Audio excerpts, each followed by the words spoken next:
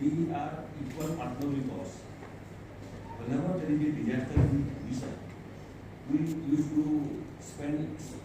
sleepless nights. And so is the media of this state, particularly Bhubaneswar. I have spent many nights with them in such situations. And getting information from the grassroots, I think the media of Bhubaneswar is doing a commendable work. So that is why I wanted that there should be an interaction between NDMA officials and the media of Bhubaneswar. And having said that, Bharat bridge 2024 अध्यक्षता अधीन भारत सरकार जातीय विपर्य परिचालना कर्तृपक्ष National Disaster Management Authority पक्षर ओडिशा पुरी ठारे गत 3 तारीख 4 तारीख और 5 तारीख 3 दिन धरी ब्रिज विपर्य विपद ह्रास कार्यगोष्ठी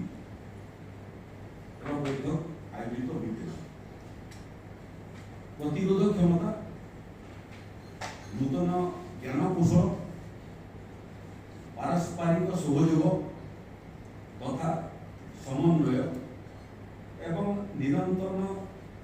धारणीय विकास निर्माण शीर्षक विषयवस्तु को लेकर अनुष्ठित यह बैठक में ब्रिजर 8टी सदस्य राष्ट्र यथा चीन, Ethiopia, Bharat, Indonesia, Iran, Russia, दक्षिण आफ्रिका एवं संयुक्त अरब एमिरेट्स वरिष्ठ अधिकारी और वैषयिक विशेषज्ञ मान जोग दे विपद ह्रास क्षेत्र में सहयोग वृद्धि उपर आलोकपात करते। एक गुरुत्वपूर्ण आंतर्जातिक बैठक आयोजन ओडिशा तार विश्व प्रसिद्धि विपर्य परिचालना व्यवस्था को उपस्थापन करने एक सुजोग सृष्टि कर माननीय मुख्यमंत्री श्रीयुक्त मोहन चरण माझी ये बैठक उद्घाटन करथिबा बेले राज्य पक्षर प्राथमिक सतर्कीकरण व्यवस्था बात्या प्रस्तुति सुरक्षित स्थानांतरण योजना एवं दृष्टिभित्तिक विपर्य परिचालना क्षेत्र में अनुसरण कर सर्वोत्तम पद्धति गुड़िक उपस्थापना कर विपर्य समय जनजीवन सुरक्षा क्षेत्र में ओडिशार उल्लेखनीय सफलता को प्रतिनिधि माने भूयसी प्रशंसा करते बड़ बात्या गुड़िक समय शून्य जनहानि जीरो कैजुअलिटी लक्ष्य हासिल कर राज्यर निरंतर प्रयास और सफलता को स्वीकृति प्रदान करते बैठक में ओडिशार अधिकारी एवं विपर्य परिचालना क्षेत्र में विशेषज्ञ मानू आंतर्जातिक विशेषज्ञ मान सहित सीधासख आलोचना ज्ञान आदान प्रदान एवं विश्वस्तरीय अभिज्ञता शिक्षा ग्रहण करने सुजोग प्रदान कर प्रतिनिधि मान सीधासख रामचंडी ठारे ओड्राफ पक्षर प्रदर्शित जल उद्धार प्रदर्शनी देखी जहाँ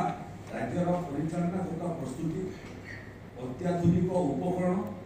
एवं बन्या एवं जरूरी परिस्थिति जनित जरूरी परिस्थिति में प्रतिरक्षा क्षमता को प्रदर्शित करा विपर्य परिचालना व्यतीत यही कार्यक्रम ओडिशार समृद्धि सांस्कृतिक ऐतिह्य और पर्यटन संभावना को ब्रिज राष्ट्र समूह प्रतिनिधि मान स्थान में आलोक ଆଲୋକପାତ କରିବାର ଏକ ସୁଯୋଗ ମଧୁ ପ୍ରଦାନ କରିଥିଲା। ପ୍ରତିନିଧିମାନେ କୋଣାର୍କ ସୂର୍ଯ୍ୟ ମନ୍ଦିର ପରିଦର୍ଶନ କରିବା ସହ 700-800 ବର୍ଷ ପୂର୍ବେ ଆମର ପୂର୍ବଜମାନଙ୍କର ଯେଉଁ କଳା କୌଶଳ ତାକୁ ମଧ୍ୟ ସେମାନଙ୍କୁ ଆଶ୍ଚର୍ଯ୍ୟଚକିତ କରିଥିଲା ଆଉ ତାର ମଧ୍ୟ ଭୂୟସୀ ପ୍ରଶଂସା କରିଥିଲେ। ତାର ସାଙ୍ଗରେ ସାଙ୍ଗରେ ସାଂସ୍କୃତିକ କାର୍ଯ୍ୟକ୍ରମ ମାଧ୍ୟମରେ ମଧ୍ୟ ଆମେ ଓଡ଼ିଶାର ଓଡ଼ିଶୀ ନୃତ୍ୟ, ଛଉ ନୃତ୍ୟ, ଯାତ୍ରା ଏବଂ ଆଦିବାସୀ ନୃତ୍ୟ ଏବଂ ସଙ୍ଗୀତ ପରିବେଷଣ ମାଧ୍ୟମରେ ମଧ୍ୟ ରାଜ୍ୟର ସମୃଦ୍ଧି ତଥା ସମାନାନ୍ତ ସାଂସ୍କୃତିକ ପରମ୍ପରାର ଅନୁଭବ ପ୍ରଦାନ କରିଥିଲୁ। ଅନେକ ପ୍ରତିନିଧି ଓଡ଼ିଶାର ସମୃଦ୍ଧ ଇତିହାସ, ସ୍ଥାପତ୍ୟ କଳାର ଉତ୍କର୍ଷତା ଓ ସାଂସ୍କୃତିକ ବିବିଧତା ପ୍ରତି ସେମାନଙ୍କର ପ୍ରଶଂସା ମଧ୍ୟ ବ୍ୟକ୍ତ କରିଥିଲେ। ବ୍ରିକ୍ସ ଏ ବୈଠକରେ ସଫଳ ଆୟୋଜନ ପାଇଁ ଆମେ ଯେଉଁମାନେ ସହଯୋଗୀ ଅଛନ୍ତି ବିଭାଗ ବିଭିନ୍ନ ଡିଜାଷ୍ଟର ମ୍ୟାନେଜମେଣ୍ଟ ଡିପାର୍ଟମେଣ୍ଟ ଏବଂ ତାର ସମସ୍ତ ଅଧିକାରୀମାନଙ୍କର ଯେଉଁ ପ୍ରସ୍ତୁତି ନିଖୁଣ ପ୍ରସ୍ତୁତି ସେ ନିଖୁଣ ପ୍ରସ୍ତୁତି ଯୋଗୁଁ ଆଜି ଅନ୍ତରାଷ୍ଟ୍ରୀୟ ସମ୍ମିଳନୀ ଓଡ଼ିଶାରେ ସଫଳତା ସହିତ ଆୟୋଜନ ହୋଇପାରିଲା। ସେମାନଙ୍କୁ ମଧ୍ୟ ଏହି ଅବସରରେ ମୁଁ ଧନ୍ୟବାଦ ଜଣାଇବା ପାଇଁ ଚାହୁଁଛି। ଗଣମାଧ୍ୟମର ଯେଉଁ ବନ୍ଧୁମାନେ ସେମାନଙ୍କର ମଧ୍ୟ ଇଏ 3 ଦିନିଆ କାର୍ଯ୍ୟକ୍ରମର ପ୍ରିଣ୍ଟ ମିଡ଼ିଆ ଏବଂ ଇଲେକ୍ଟ୍ରୋନିକ୍ସ ମିଡ଼ିଆ ମାଧ୍ୟମରେ ପରିବେଷଣ କଲେ ସେଥିପାଇଁ ମଧ୍ୟ ସେମାନଙ୍କୁ ମଧ୍ୟ ଧନ୍ୟବାଦ ଜ୍ଞାପନ କରୁଛେ। ଏବଂ ବିପର୍ଯ୍ୟୟ ପ୍ରସ୍ତୁତି କ୍ଷେତ୍ରରେ ଓଡ଼ିଶାକୁ ଏକ ଅଗ୍ରଣୀ ରାଜ୍ୟ ଭାବରେ ଓଡ଼ିଶାର ଆନ୍ତର୍ଜାତିକ ପରିସ୍ଥିତିକୁ ଆହୁରି ସୁଦୃଢ଼ କରିବାରେ ଏ 3 ଦିନିଆ ସମ୍ମିଳନୀ ସହାୟକ ହୋଇଛି।